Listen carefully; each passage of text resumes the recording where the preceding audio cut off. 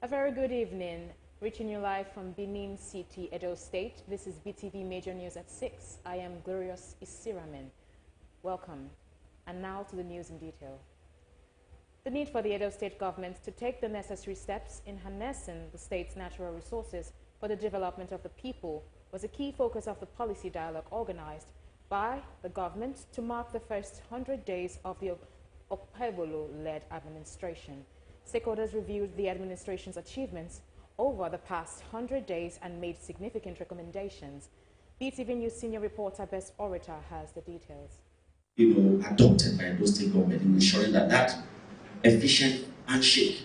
The dialogue centered on deepening economic growth, supporting SMEs, and improving the ease of doing business, particularly in the oil and gas sector. However, stakeholders emphasized that these goals cannot be achieved without strong political will. While the Okpebolo administration was commended for its landmark achievements within 100 days, stakeholders urged the government to prioritize harnessing natural resources to ensure that citizens benefit directly from these efforts. To also be very strong to demolish it.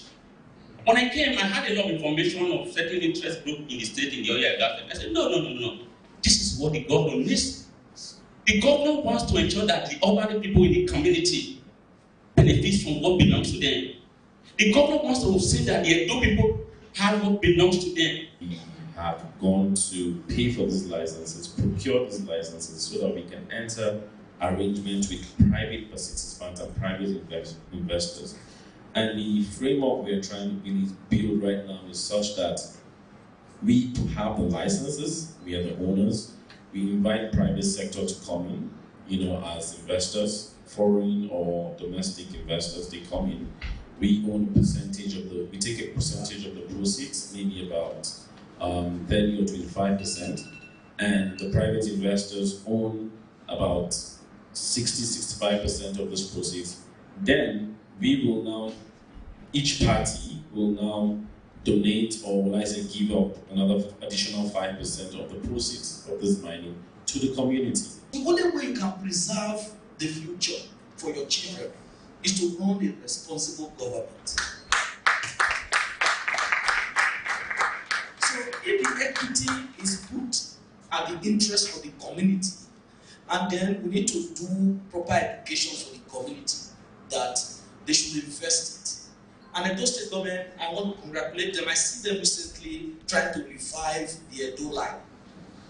You see, it is an aberration to think that this neoliberalism, that there's no public sector cannot be involved in business. It's not true. Enhancing the education sector, improving public security and safety, and advancing infrastructural development in Edo State were highlighted as critical to state's progress. Stakeholders stressed the need to address all identifiable gaps to achieve effective outcomes. On security, and how has the government looked at security? It's important we first identify the kind of security situations that we have to deal with and what causes them. So they are basically grouped into three. Basically, of course, without taking away from the expertise of my co-panelists here. We're looking at security issues that have socio-cultural foundations that arise as a result of social issues, and some of them include cultism, thuggery and gangs, and heroism. Social restiveness. The dialogue also recommended that the government engage experts in the health and agriculture sectors, offering incentives to enhance healthcare delivery and ensure food sufficiency. Devil's policies and policy implementations in our line is that we want everything to take over at the same time. We do not consider the possibility of rolling out certain things piecemeal. Whichever way you look at it, there are some schools that may not be able to go digital at that level, all at the same time.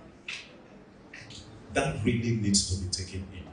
And so you could have, even in the civilized world, you're going to have some schools operating at a particular level, others are operating at another level, others are operating at another level. I particularly love the amendment of some of the existing laws that now maximize more risk for offenders, and that makes it a strong warning, which means that if you are caught, these are the consequences. But like the moderator just said, there's so many laws out there, there's so many policies out there, and they're just there. Implementation of our policies is very, very important. How do you implement your policies? You may have good will, good political will, you put them in writing, but they will not on their own, just like the AI now, that is the reigning thing. You still need human effort. The Secretary to Edo State Government, Barrister Musa Ihilo and Taiwo Akerele of the Policy House, shared their assessments of the administration's performance. When it comes to issues like this, it should go beyond the politics. Very importantly, that look, the way to go is to engage community in security matters. Because as it is, the federal government does not even have the required architecture to cater to security. And I totally agree with you. If the state were to withdraw the constant support system it gives, it will collapse. It will collapse. Because part of it is to continue to give intervention, security vote, vehicles, fueling, we're doing all this. If it's not there, no police will agree to go anywhere for any exercise. We have had several operations. Kidnappings became notorious in Kenegode, in some part of other parts of Edo North and Edo Central. We had to mobilize up to 5, 6, 7 piloxes, and then all sorts of material mobilization to be able to flush the guys out and rescue the victims. So if the state government does not come in, even the federal government architecture, like he said, will not be able to cater to security needs in society.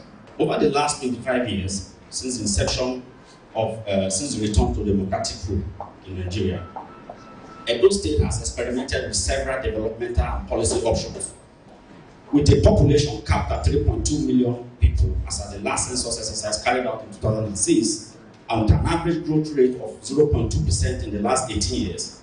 As a policy and research think tank for over 16 years of operation, we can confidently say that given the right physical, micro, and macroeconomic policy and political environment, the present government, ably and humbly led by its disciplined senator of the Federal Republic, Edo indeed will rise again. A communique was issued at the end of the dialogue, providing insights into the discussions and key outcomes of the meeting. Best Orator, reporting for BeeTv News.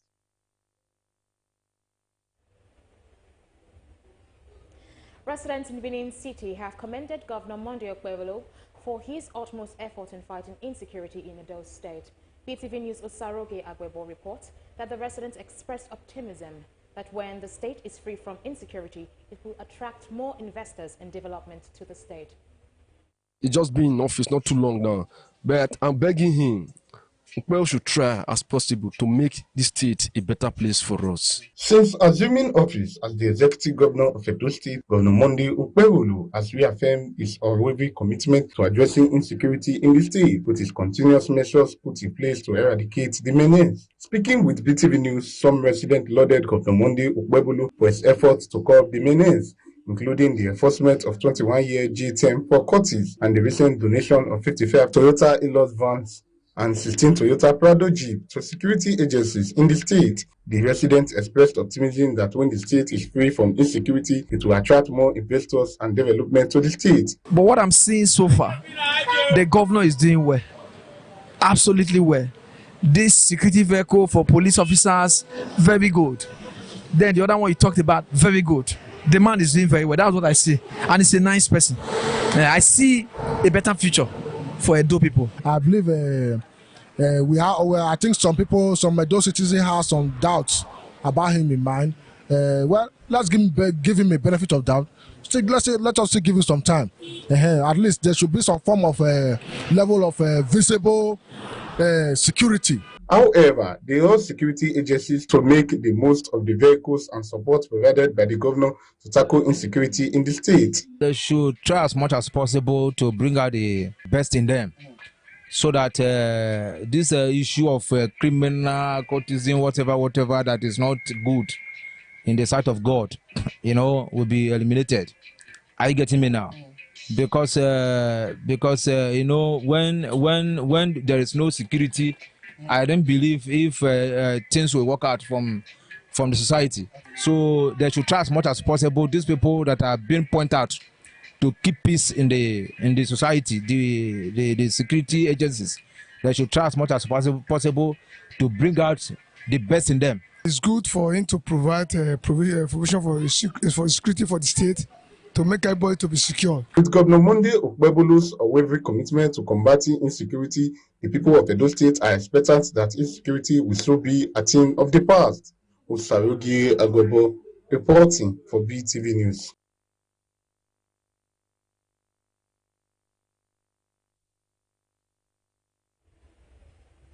Meanwhile, the local government election in Osun on Sunday witnessed a poor turnout of the state election.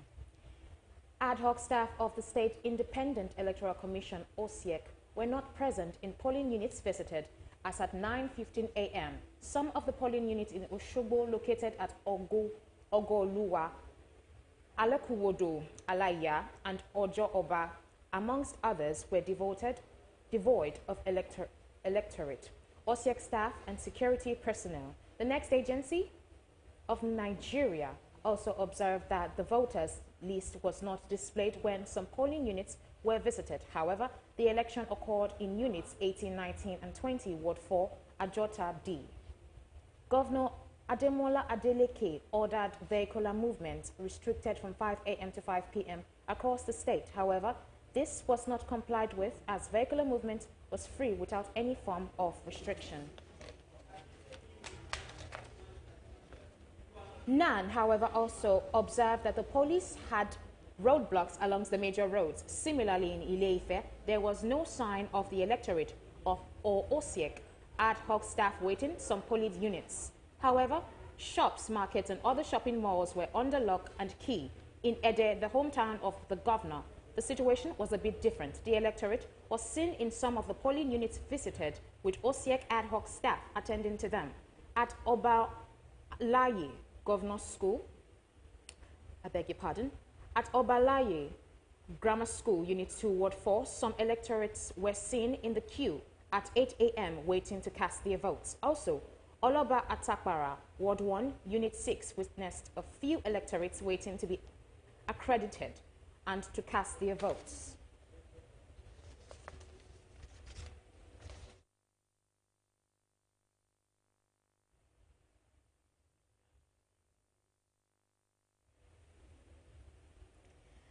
A survey conducted on the price of fuel in Benin City by BeeTv News correspondent Osarogie Agwebo revealed that the price of petrol remains unchanged, with a litre of fuel still selling between 150 and 1,050 and 1,100 naira at independent filling stations and 990 naira per litre at mega stations.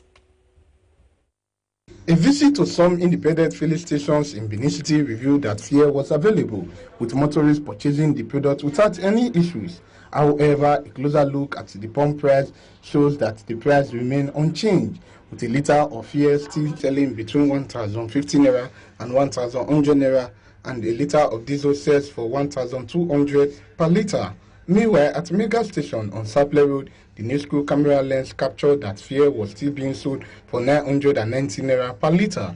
Speaking with BeeTv News, some commercial drivers expressed disappointment and frustration over the non-reduction of fuel price. They said despite the reports that the Dangote refinery and other government refineries have commenced operations, question why the product has not decreased. Thing is not favorable to us because the high price of fuel, even the passenger that enters the motor complain, even we complain. The fuel we see they use now, the fuel that miss, they don't even miss and tire yourself.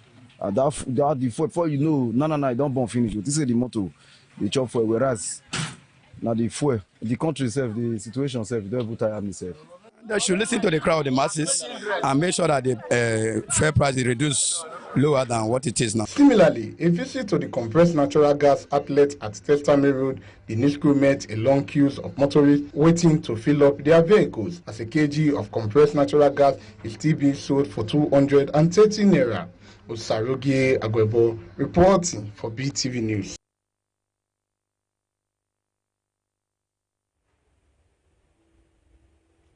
Today, our special report is on ATM. What ATM stands for? Well, most people have seen ATM, particularly around the bank premises. But what is the meaning of ATM? BeeTv News Osaroge Agbebo did a special report on this and also asked members of the public what is their understanding of ATM.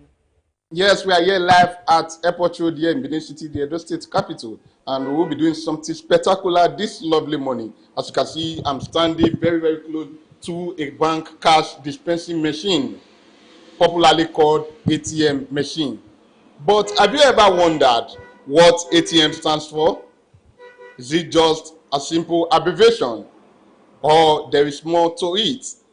So let's hit the streets and find out. The ATM machine is an electronic device usually erected outside a bank that enables people to perform financial transactions such as cash withdrawal, deposit, balance inquiry, fund transfer, and bill payment. However, a lot of persons do not know what ATM stands for. For the purpose of withdrawal and other transactions. Well. I forgot, you know. I forgot. I know the first two letters, but the last one. I know there's automobile, there's machine, but the other one is automobile.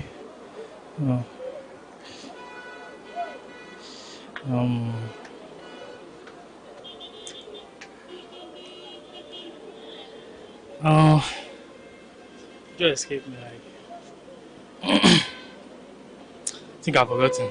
No be money for ATM means na bank money now.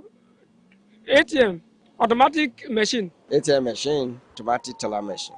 I just have the card. There's really no need for the use. I just make transfer using my phone. Automated teller machine. Automated teller machine. Thank you very much. I don't know.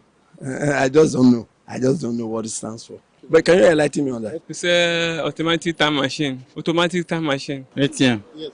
Automated teller machine. Automated teller machine. ATM, popularly called by many, is an abbreviation that stands for automated teller machine. Well, from our random interviews, it appears a lot of persons do not actually know what ATM stands for. It is, however, believed that with this report, a lot of persons will not be aware that ATM stands for automated teller machine. If you don't know before, you now know. From Airport Road here in Benin City, Osaroge Agbebo reporting for BeeTv News. Many potential couples in the society are unaware of the advantage of knowing the importance of blood groups and genotypes before going into marriage. Some go into marriage without test or considering the danger of this medical uncertainty that could lead to the failure in bringing forth the right children in their marriage. BeeTv News' Abel Igberase reports that many who are already in relationships and have invested a lot towards being together in marriage are advised to know their genotypes and blood groups. The report. A lot of persons are not aware, so because of ignorance, people just go into marriages without even checking. Over the years, many people have neglected the right medical steps to take before they begin relationships and the basic knowledge about health compatibility, especially genotypes and blood group, before going into marriage. This has resulted to a monumental medical crisis like sickle cell anemia in the society. These individuals end up having children who suffer from one ailment or the other with different symptoms, leading to several unrest, panic, and divorce cases, among others. Whether you are AA, AS, or SS. And I think it is very important for someone to know his or her blood group and her genotype, and that of your spouse. You have to know your own first, at least start from your own. And a lot of persons don't even know their genotype, not to talk of their spouse's own. So I want to appeal to the general public that before you start into any relationship or before you even think of getting married, there is a need for you to check your own blood group and your genotype. As your life progresses, you are going to meet with your soulmate, and if you are not compatible and you yoke together, and this will eventually bring crisis in your family, and I don't think anybody is ready for that. So I think I've experienced people who have children out of checking the genotype, and at the end of it, it was not really too good. I haven't trained the child up to university level before you know it, because of the crisis you lost that child, and I don't think the parents will be happy. So I believe we can avoid it by at least knowing your genotype and your blood group, so that at least you know who you are getting married to. We don't check our genotypes to know which is our genotype. So imagine someone who is AS, AA, A or SS rather. So someone who is AS marrying AS, the person, there's a high probability that 50% that the person is going to give birth to all children SS, and there's also a 50% that the person might not even give birth to a sickler. So that's why, as an individual, before you move into courtship or whatsoever form of relationship, it is advisable that you check your genotype. A medical practitioner at the University of Benin Teaching Hospital, UBTH, and a professor of hematology and lecturer in the University of Benin, Professor Wogo Benedict, gave a professional counsel on this issue. Potential couples who happen to discover that after a long period of relationship they are not compatible, I think it's still the heaviest thing. Education is the key. As long as people are being educated and oriented on the risk of having an SS child, if incompatible couples marry, it will go a long way to reduce the burden of the disease. Education is very important. And beyond education, I also think a lot of avenues should be provided for people to know early their hemoglobin genotype. If it's made compulsory to some form of schemes that either from birth, make it mandatory, either from birth or preschool screenings or pre-job screenings, create multiple avenues for people to get tested, and probably make testing somewhat a little free, even though it's not so expensive as it is now. But making it free probably make more persons may be able to access it and not give any excuse for doing it. So we'll make provisions for assessing testings at different levels. It will go a long way to make people conscious of their genotype. And also too, like I said, our organizations, the media play their roles, just like they're doing. Some health talks, some campaigns on it will go a long way to help. In the same vein, some medical experts at the University of Benin Teaching Hospital, including one Mr. Sylvester Ogeriaki, who is a personnel in the Medical Lab Science Department, also spoke extensively on the failure of most intended couples who goes into marriage without doing the needful medically. Knowing the genes resident in your hemoglobin, for instance, there is hemoglobin genotype AA, hemoglobin genotype AS, hemoglobin genotype AC, SC, SD, AC, and so on. So there are variants or various forms of hemoglobin genotypes. But physiologically, hemoglobin AA are usually very normal. AS also normal. SS is an abnormal hemoglobin. AC abnormal hemoglobin, and all others are abnormal hemoglobin, which when they combine could result to one or two physiological abnormalities in babies. So it's usually very important for individuals to ascertain their genotype before, getting married. Very, very important. For instance, if I'm AA, of course, I'm very free to marry anybody. But if I'm AS, I should be mindful not to get married to AS, because in combination 1 in 4, ratio 1 to 4, there's a probability of having a sickle cell SS in 1 in 4 births. So that is 1 in 4 if you do the genotypic crossing. The risk of going into marriage without taking some medical steps to avert uncertainties in having children is the beginning of creating a ground for potential crisis and a colossal ruin in marriage. To this end, intended couples are advised to take the bull by the horn for a healthy future of their children. Ebe Igboraisi, reporting for BeeTv News. Some Nigerians have expressed dissatisfaction over the sharp increase in the cost of purchasing data and airtime by mobile network service providers. BeeTv News' Freeman Osawe reports that respondents said the cost of airtime and data have doubled, and thereby increasing the hardship of the common man. Data and airtime are basically used every day by almost everyone on mobile subscribers, and with the recent review, internet users now have to pay more to buy data and call cards. Respondents who spoke with BeeTv News said the increase in data price is unreasonable because citizens are supposed to be getting it at a cheaper rate and wondered why they have to increase the rate, which they refer to as an exploitation. However, they also pointed out that high taxation is another factor that the network service providers are contending. Hence, the quest to stay in business is why they have to review their charges for the service they provide. In modern society, we find ourselves in a place where information and the internet is getting increasingly more accessible, and the fact that the prices of these things are going up is cutting off information and internet services from the majority of people who are not necessarily financially capable enough to take on these tasks. You will buy data. Maybe, for instance, buy data before, we buy data 2007 gig. Now it's now 2000 naira, 5 gig. You understand? And the bad part is this. The 5 gig will not be enough for just, they will say 5 gig for 7 days. Now the 5 gig will just take 1 or 2 days. The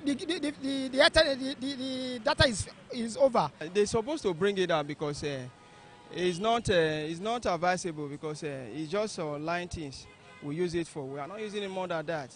So I pray they should bring it down, because I really surprised when I bought a card of 200 naira. Before I make a minute call, the take just went down. So with this now, they should bring it down. It's too much. Despite the increase in data and airtime charges, people still have to buy so they can keep up with using data services, but they may now have to reduce the amount of time they spend on the internet and calls. Freeman Usawe reporting for BeeTv News. The federal government of Nigeria, through the Ministry of Interior, has begun the relocation of custodial centers from densely populated urban centers. This is just as the Immigration Service will be applying advanced passenger information and passenger name record in border security and law enforcement. BeeTv News' Freeman Osawe has details. The Nigeria Correctional Service is implementing reforms that will improve operational efficiency and the connect custodial center across the country. The inauguration of this vehicle is one of such actions by the federal government through the Ministry of Interior. The process of the relocation of correctional centers has started, and we will fulfill it. The journey of the redefinition of correctional service has started. Gone are the days of mediocrity. Gone are the days of lack of accountability.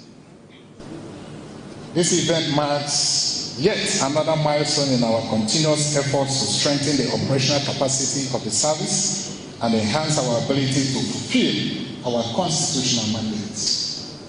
These vehicles are meant to secure our custodial centers against external attacks, and they are equipped with long-range surveillance capabilities to protect against high-level threats with resistance to 12.7 mm ammunition general multi-purpose machine guns. The focus shifts to the Nigeria Immigration Service, where officials have just concluded training on how to apply advanced passenger information and passenger name record in border security and law enforcement. Both APR and PNR can be used in pre-screening travelers before they arrive at immigration checkpoints and tracking suspicious travel patterns. Today, I'm seeing a service that is whole and alive. It's called Responsibility of Border Control and Border Management. A service that is alive to the responsibility of migration management. I call a service that is whole to effective travel document issuance process. The theme of this capacity building program, API, PNR data analytics, and key procedures, was carefully selected based on the operational gaps we experienced at the Command and Control Center since its commissioning by His Excellency, the Commander-in-Chief of the Federal Republic of Nigeria, President Bola Ahmed Tinubu, GCFR, on the 10th of December 2024. We recognized that to fully maximize the present administration's investment in this project, the minister assures that efforts to reform the service under the ministry will be sustained. Freeman Osawe reporting for BeeTv News. To ensure food security, reduce poverty, and train agric entrepreneurs, the Ondo State government says it has concluded plans to set up 2,000 farms in each of the senatorial districts of the state. The senior special assistant of Governor Lucky Ayedatiwa on agriculture and agribusiness wrote to Akimbola, made this known at a farm lab in Ondo State. BeeTv News Osaroge Agweboha has details. Youth from Ondo State are currently undergoing training in the use of modern technology in farming, agribusiness, and marketing through a program called Enterprise Youth in Agriculture. The training, designed for fresh graduates and undergraduates, was held at a farm lab located in the area of Ogun State. The selected youth are to undergo a 3-month training on how to construct greenhouse, manage farm plants, and other agribusiness survival skills. Speaking during the program, the senior special assistant to the Ondo State governor and the chairman of the Ondo agribusinesses, the government appreciates the importance of agriculture and plans to reduce food shortage and poverty, create employment opportunities through the project. The state is planning to send another 100 youth for the next batch of the program scheduled for March this year. Setting up structures of farms, both senatorial and cluster farming. I will give you an example. The senatorial farm are going to be 2,000 hectares of farm each in each senatorial district to be run by private sector and government. Representatives of the farm lab says the overall objective of the program is to raise more agri-entrepreneurs who will contribute positively to the economy of the nation. How to survive out there when they go out for marketing and also constructing and planting for other persons that need their skills and knowledge. Some of the beneficiaries appreciate the Ondo State government for the opportunity. It's really a great opportunity for the people of Ondo State, and I happen to be one. I'm very much grateful for what the Ondo State they have done to partnership with this Soilless program. Wow, it's very awesome. Indigents also used the opportunity of the program to tour the farmland, learn new things, and see the practical works of the candidates. Osaroge Agwebo reporting for BeeTv. The gross domestic product from $32 billion to $74 billion by 2035. This goal is intended to position Nigeria as a major player in both domestic and global markets. The report. At this ministerial press briefing, the Minister of Information and National Orientation, Mohammed Idris Malagi, charged the media to shun sensationalism in the reports. Urge the media to ensure that these press briefings are reported with the utmost care, fairness, and accuracy. Misinformation, disinformation, and fake news have absolutely no place in our democratic journey. And the Minister of Livestock Development disclosed the ministry's intention to tag animals so they can be traced. He also talked about the biggest partnership the ministry has made in recent times. We were able to visit a number of global players in the livestock industry in Brazil. And at the end of the day, we were looking at Mr. President's presence there. We had a commitment from JPSSA, the biggest player in the red meat industry, to come to Nigeria and invest to the tune of $2.5 billion.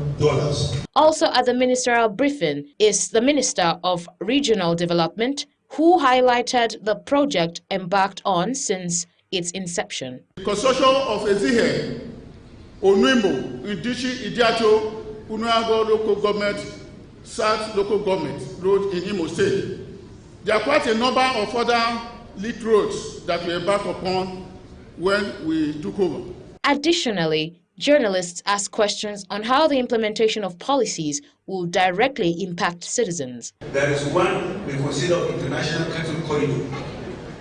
We receive a lot of livestock from our neighbors. We are the biggest market in Africa. Our role is supervisory. The whole money you are hearing is in the Ministry of Regional Development had domicile in those commissions. And in those commissions, you have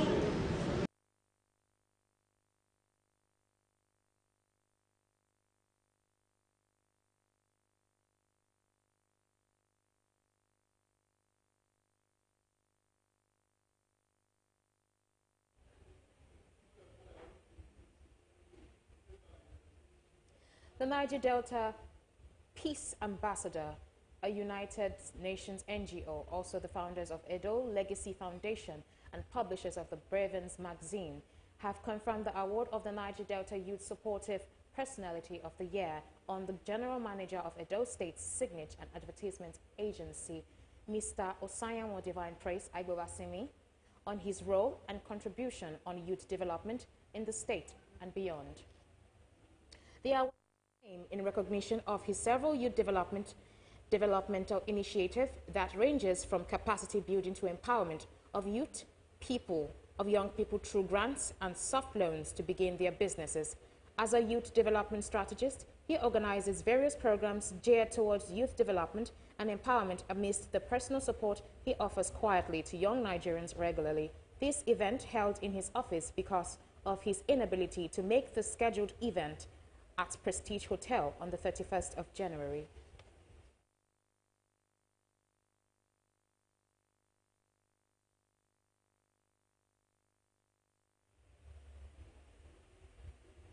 The Monetary Policy Committee of the Central Bank of Nigeria anonymously agreed to retain the monetary policy rate the country at 27.5%.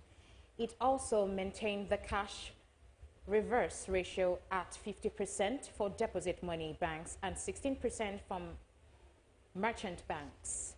BeeTv News' Glorious Isiramen reports.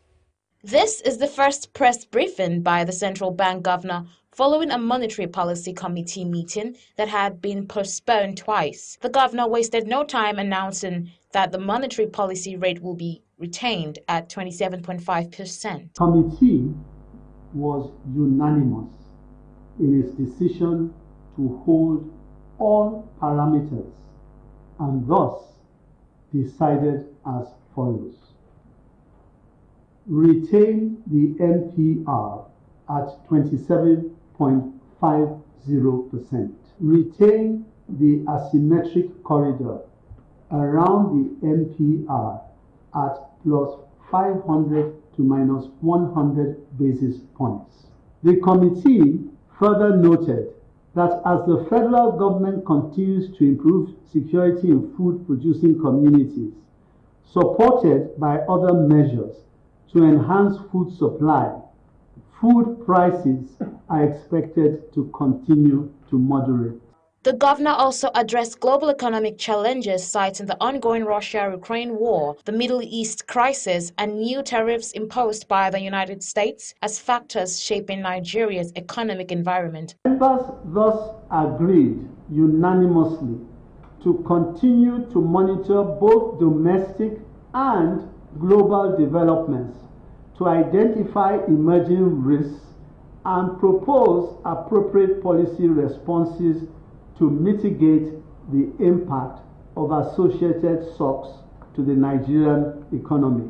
In response to questions about the ATM withdrawal charges, the governor provided certification on the policy and his expected impact. The view is that it isn't something that is going to dissuade people from having access in a seamless manner to their money. On the contrary, it should encourage and it should put the banks on greater scrutiny.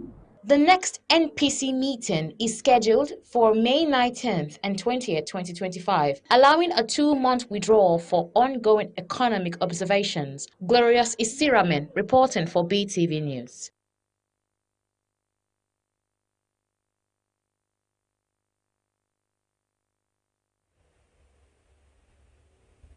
Nigeria's Minister for Finance and Coordinating Minister of the Economy, Wale Edun, hosted a high-level delegation from the Saudi Fund for Development, SFD, led by its CEO, Sultan Al-Mashad, a move that is aimed at strengthening economic cooperation between both nations.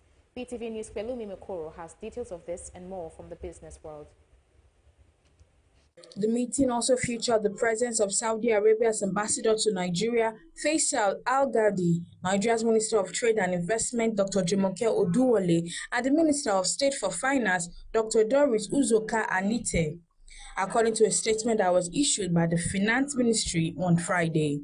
The discussions focused on key areas of economic collaboration, including industrial development, renewable energy, and infrastructure investment aimed at driving economic growth, job creation, and poverty reduction. He praised Saudi Arabia's impressive economic achievement under its Vision 2030 initiative, particularly in the tourism and infrastructure sectors. Edu also reaffirmed Nigeria's commitment to similar ambitious reforms under the leadership of President Bola Ahmed Tinubu, aimed at creating a stable investment climate conducive to both domestic and foreign investments. Al-Mashad reiterated Saudi Arabia's dedication to fostering economic collaboration, confirming that the SFD is prepared to finance major infrastructure projects in Nigeria. The meeting highlights a renewed commitment by both Nigeria and Saudi Arabia to advance sustainable development and economic growth through strategic partnerships and shared priorities. The Naira dropped slightly against the dollar to end the week at both the official and parallel foreign exchange markets for the first time in the last 5 days.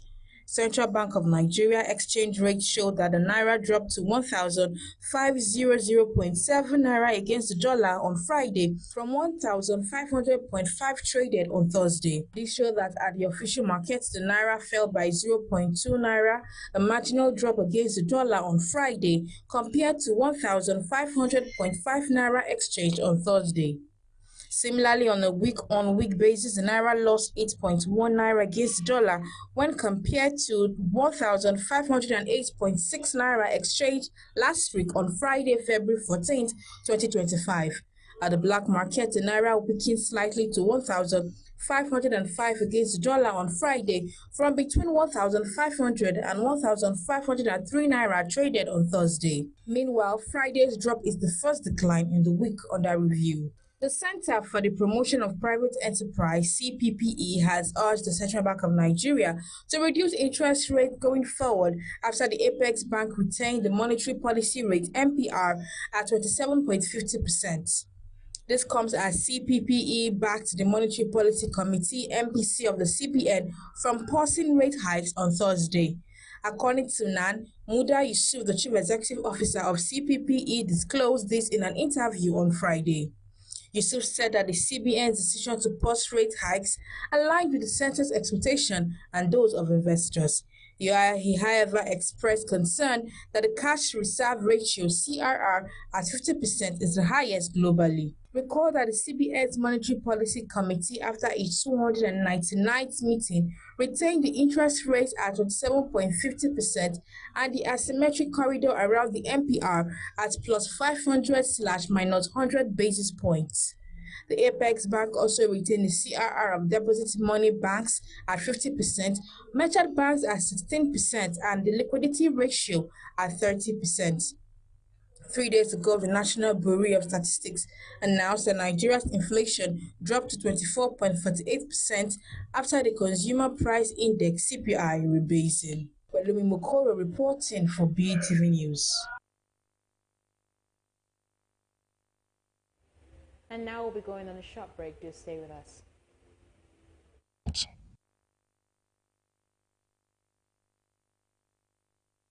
Public notice. Invitation to the 2025 South-South Zonal Congress of the People's Democratic Party, PDP.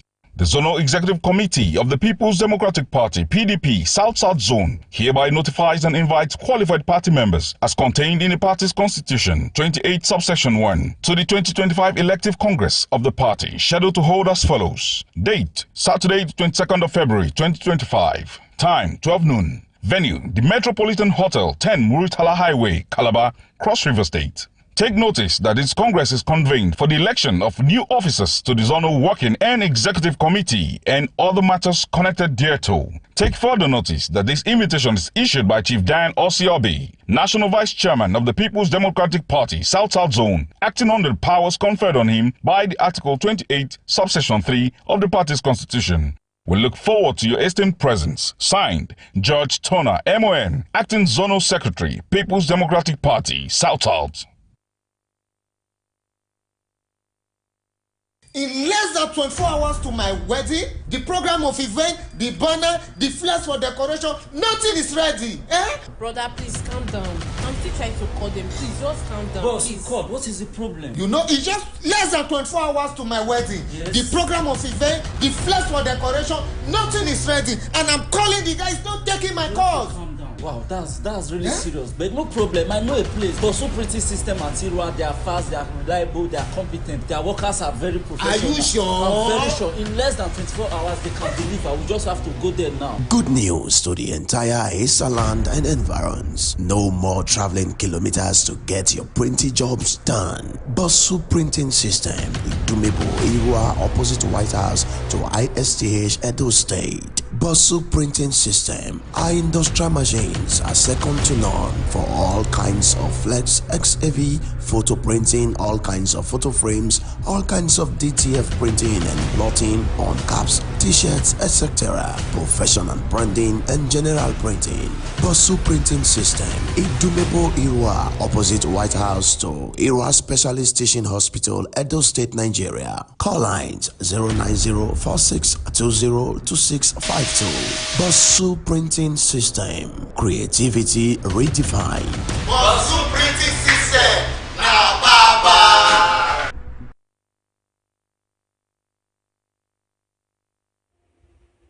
Welcome back and on to entertainment news, where Nigerian rapper Shali Poppy has kicked off 2025 with a bang, dropping his latest single Lahore on February 21st after it gained traction on TikTok when he teased it on his social media page.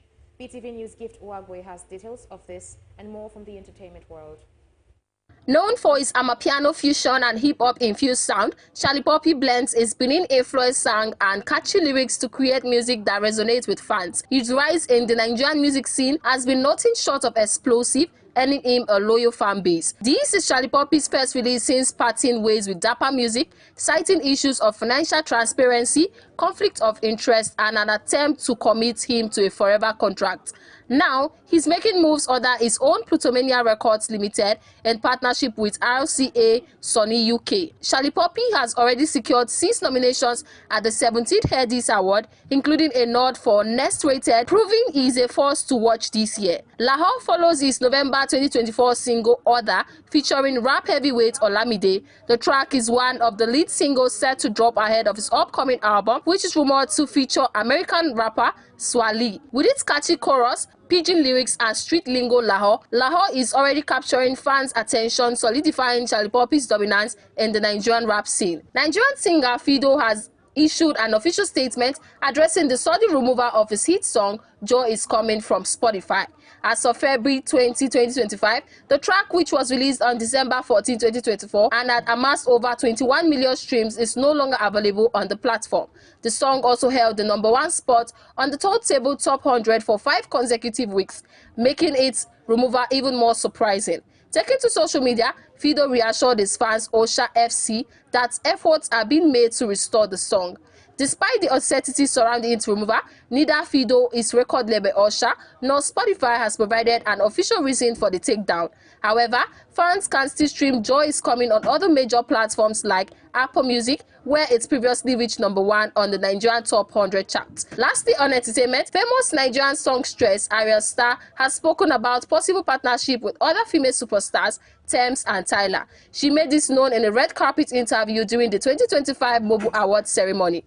When questioned if she has plans working with Tems and Tyler, Ariel Star said, "Yes, of course, these are my girls." This is coming 2 months after the 3 singers partied in Lagos during the star-studded Dirty December season. Ariel Star at the 2025 Mobile Awards ceremony made history as the first woman in 16 years to win the Best African Music Act. That's it on entertainment news tonight. Gift Uwagwe reporting for BeeTv News. And still on entertainment news, singer Oladapo Oyebanjo, popularly known as The Banj, says he will use his platform and persona to promote up and coming talents on the music industry, as he believes in the next generation of musicians. This comes as he unveils the Cream platform, an initiative aimed at helping young and aspiring music and talents to get discovered and promoted. As at the press conference in Lagos, the singer also unveiled Berry Tiger and Nash Boy, a brand ambassadors for the initiative. According to D-Bench, the platform that provides creative minds the opportunity to record a standard song, shooting standard videos, collaborations with artists of their choices, amongst others, benefits. It's not a record label deal, but you actually still get the services that you want. So we started researching, and then we got a brilliant team on the tech side, and we upgraded our Crane platform.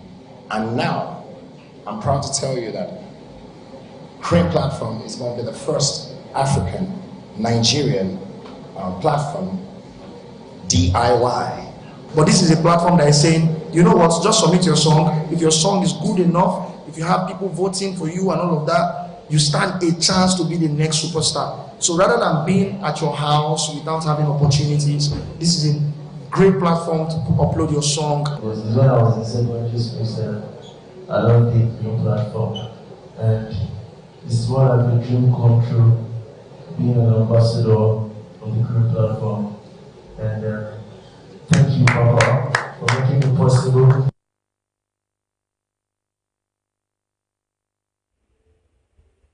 Now on to the world of sports. More woes for struggling Leicester after they were defeated Brentford for goals to nil at King Power Stadium. On Friday, the Premier League games. This means that Leicester bid to avoid relegation from the Premier League hit a historic low. BeeTv News sports correspondent Freeman Osawe tells us more on this and other fascinating sports stories.